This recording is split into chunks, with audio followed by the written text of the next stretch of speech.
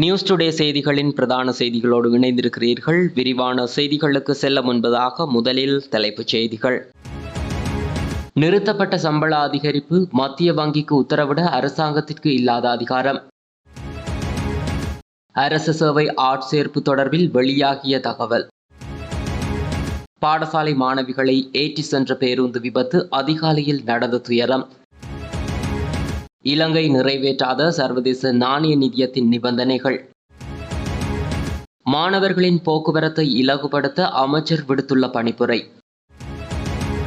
கட்டுநாயக்க விமான நிலையத்தில் சீக்கிய வெளிநாட்டவர். இன்னும் 3 மாதங்களில் வாகன இறக்குமதிக்கு அனுமதி, அரசாங்கம் அறிவிப்பு.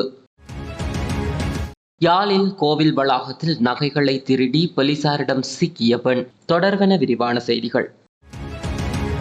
அரசாங்கம் விரும்பியபடி மத்திய வங்கி செயற்படாது. அரசாங்கம் மத்திய வங்கிக்கு பணத்தை அச்சிட உத்தரவிட முடியாது என்று நிதி ராஜாங்க அமைச்சர் ரஞ்சித் சியம்பலாபட்டிய தெரிவித்துள்ளார். பத்திரிகை ஒன்றுக்கு வழங்கிய நேர்காணலின் போதே அவர் இவ்வாறு குறிப்பிட்டுள்ளார். அவர் தொடர்ந்தும் தெரிவிக்கையில், மத்திய வங்கியின் சுதந்திரம் குறித்து நீண்ட காலமாக விவாதிக்கப்பட்டு வருகிறது. இப்போது இந்த சம்பள பிரச்சினை ஒரு கோணத்தில் மட்டுமே பார்க்கப்படுகிறது. மத்திய வங்கியை சுதந்திரமாக மாற்றுவதன் மூலம் அரசாங்கம் விரும்பியபடி மத்திய வங்கி செயற்படாது. உதாரணமாக, அரசாங்கம் மத்திய வங்கிக்கு பணத்தை அச்சிட உத்தரவிட முடியாது. 3 டிரில்லியன் கடந்த காலத்தில் அச்சிடப்பட்டது. மத்திய வங்கி சுயாதீனமாக இருந்தாலும் மத்திய வங்கி நாடாளுமன்றத்திற்கு பொறுப்பு கூற வேண்டும். உதாரணமாக, சம்பள பிரச்சினை எழுப்பப்பட்ட போது மத்திய வங்கியின் ஆளுநரும் மற்றவர்களும் நாடாளுமன்றத்திற்கும் நிதிக்குழுவிற்கும் அழைக்கப்பட்டனர். மேலும் அந்த சம்பள உயர்வு தற்போது நிறுத்தப்பட்டுள்ளது. மத்திய வங்கி சுதந்திரமாக மாறினாலும் சில விதிமுறைகளுக்கு உட்பட்டுள்ளதை காண முடிகிறது என குறிப்பிட்டுள்ளார். நுகர்வோர் அதிகார சபையில் விசாரணை அதிகாரிகளுக்காக ஏற்பட்டுள்ள வெற்றிடங்களுக்கு ஆட்சேர்ப்பு செய்வதற்கு விரைவில் நடவடிக்கை எடுக்கப்படும் என வர்த்தக அமைச்சர் நளின் பெர்னாண்டோ தெரிவித்துள்ளார்.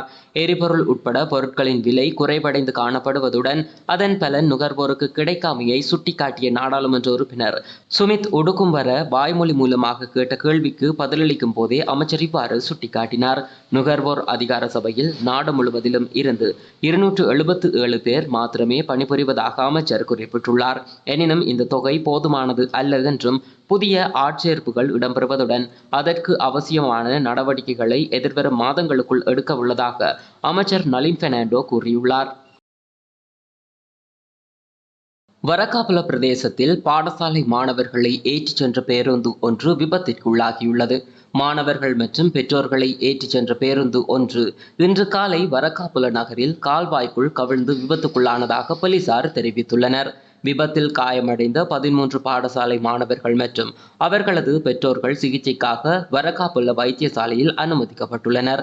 மாலபே ராகுல வித்தியாலயத்தில் இருந்து ரெண்டம்பே நோக்கி மாணவர்கள் குழு ஒன்றை ஏற்றிச் சென்ற பேருந்தே விபத்திற்குள்ளாகியுள்ளது.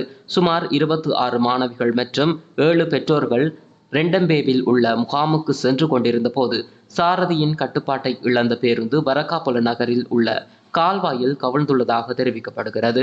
விபத்து தொடர்பான மேலதிக விசாரணைகளை வரக்காபுல போலீசார் மேற்கொண்டு வருகின்றனர். தற்போதைய வேலை திட்டத்தின் கீழ் இலங்கையின் 3வது கொடுப்பனவை சர்வதேச நாணய நிதியத்தின் நிர்வாக சபை ஜூன் 12ஆம் தேதி அங்கீகரிக்கும் என்று எதிர்பார்க்கப்படுகிறது. எவ்வாறாயினும் இலங்கை அதன் பொருளாதார மீட்சிக்கு அடித்தளமாக இருக்கும் நிர்வாக மேம்பாடுகளில் இன்னும் பின்தங்கியே உள்ளதாக ஆய்வு ஒன்று தெரிவித்துள்ளது. சர்வதேச நாணய நிதியத்தின் வெரிட் ஆய்வின் அண்மைய புதுப்பிப்பின்படி 2023 டிசம்பரில் புதுப்பிக்கப்பட்ட திட்டத்தின் கீழ் இந்த மே மாத இறுதிக்குள் 25% கடப்பாடுகளை நிறைவேற்ற இலங்கை தவறிவிட்டதோடு நிறைவேற்ற வேண்டிய 63 பொறுப்புகளில் 32 பொறுப்புகள் நிறைவேற்றப்பட்டுள்ளன, 16 நிறைவேற்றப்படவில்லை மற்றும் 15 பொறுப்புகள் குறித்து தகவல்கள் இல்லை என்று தெரிவிக்கப்பட்டுள்ளது. நிறைவேற்றப்படாத 16 உறுதிமொழிகளை ஆராயும் போது அவற்றில் 7 நிபந்தனைகள் நிதி மேலாண்மை சம்பந்தப்பட்டவையாகும்.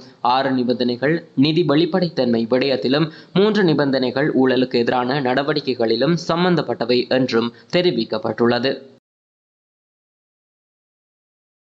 மாணவர்களுக்காக இயக்கப்படும் சிசு செரிய பேருந்து சேவைக்காக 500 புதிய பேருந்துகளை சேவையில் ஈடுபடுத்துமாறு போக்குவரத்து நெடுஞ்சாலைகள் அமைச்சர் பந்துல குணவர்தன தேசிய போக்குவரத்து ஆணைக்குழுவிற்கு பணிப்புரை விடுத்துள்ளார். இந்த சேவை 2005ஆம் ஆண்டு முதல் இயங்கி வரும் பாடசாலை, தொழில்நுட்ப கல்லூரி மற்றும் பல்கலைக்கழக மாணவர்களுக்காக அரசாங்கத்தினால் முன்னெடுக்கப்பட்டு வருகிறது. இலங்கை போக்குவரத்து சபையின் 811 பேருந்துகள் மற்றும் 726 தனியார் பேருந்துகள் உட்பட 1537 பேருந்துகள் சிசு செரிய சேவைக்காக சேவையில் ஈடுபடுத்தப்பட்டுள்ளதுடன் அரசாங்கம் இதற்கு ஆண்டுதோறும் 2000 மில்லியன் ரூபாய் ஒதுக்குகிறது.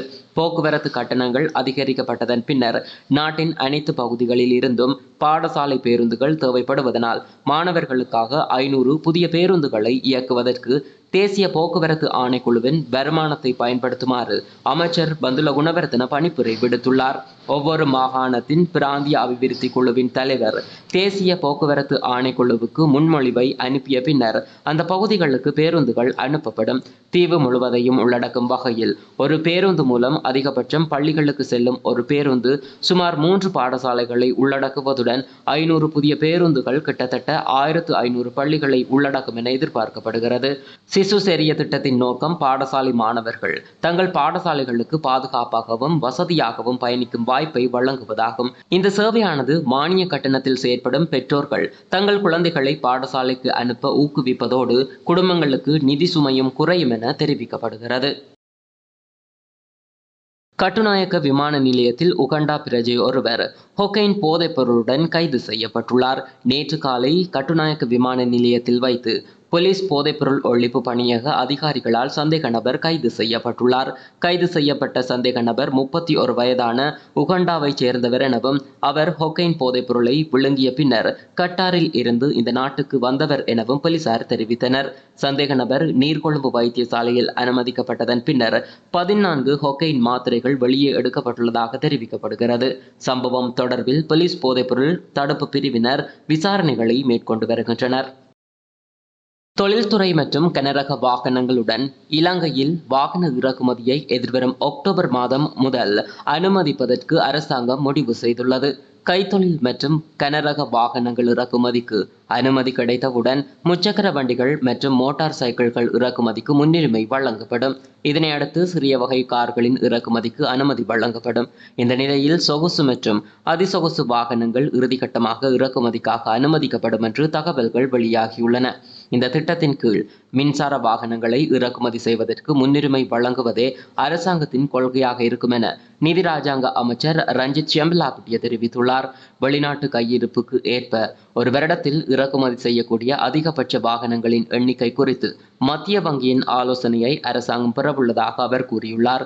எவ்வாறாயினும் வரியில்லா திட்டங்களின் கீழ் வாகனங்களை இறக்குமதி செய்யும் வகையில் பொதுத்துறை ஊழியர்களுக்கு அனுமதி வழங்குவதை அரசாங்கம் உடனடியாக பரிசீலிக்காது என்று தகவல்கள் வெளியாகியுள்ளன. வரியில்லா இறக்குமதி மூலம் கிடைக்கும் வருவாய் குறைவாக இருப்பதே இதற்கான காரணமாகும். மற்றொரு அளவுகோலின்படி புத்தம் புதிய வாகனங்கள் அல்லது 2 ஆண்டுகளுக்குள் தயாரிக்கப்பட்ட வாகனங்கள் மட்டுமே இறக்குமதி செய்ய அனுமதிக்கப்படும் என்றும் அமைச்சர் குறிப்பிட்டுள்ளார். யாழ்ப்பாணம் கண்ணாதட்டி காளி கோயில் கும்பாபிஷேகத்திற்கு வந்த அடியார்களின் தாலிகொடி மற்றும் நகைகளை திருடிய பெண்ணொருவர் கைது செய்யப்பட்டுள்ளார். யாழ்ப்பாண பிராந்திய போலீஸ் புலனாய்வு பிரிவினருக்கு கிடைத்த தகவலின்படி கண்ணாதட்டி காளி கோயில் இந்து இளைஞர்களின் ஒத்துழைப்புடன் குறித்த பெண் ஒரு மணி நேரத்தில் கைது செய்யப்பட்டுள்ளார். வவுனியா பூந்தோட்டத்தில் வசிக்கும் கொழும்பு வெள்ளம்பிட்டியவைச் சேர்ந்த 27 வயதான பெண்ணே இவ்வாறு கைது செய்யப்பட்டுள்ளதாக போலீசார் தெரிவித்துள்ளனர். பெண்ணை கைது செய்து யாழ்ப்பாணம் போலீஸ் நிலையத்தில் தடுத்து வைத்து விசாரித்த போது மறைத்து வைக்கப்பட்டிருந்த தாலிகொடி மற்றும் நகைகள் மீட்கப்பட்டதாக போலீசார் தெரிவித்தனர். இந்த நிலையில் குறித்த பெண் மேலதிக விசாரணைக்காக யாழ்ப்பாண பிராந்திய குற்றத்தடுப்பு பிரிவினரிடம் ஒப்படைக்கப்பட்டு நீதிமன்றில் முற்படுத்த நடவடிக்கை எடுக்கப்பட்டுள்ளது. இத்துடன் நியூஸ் டுடே செய்திகள் நிறைவடைகின்றன. தொடர்ந்தும் நியூஸ் டுடேயோடு இணைந்திருங்கள். நன்றி.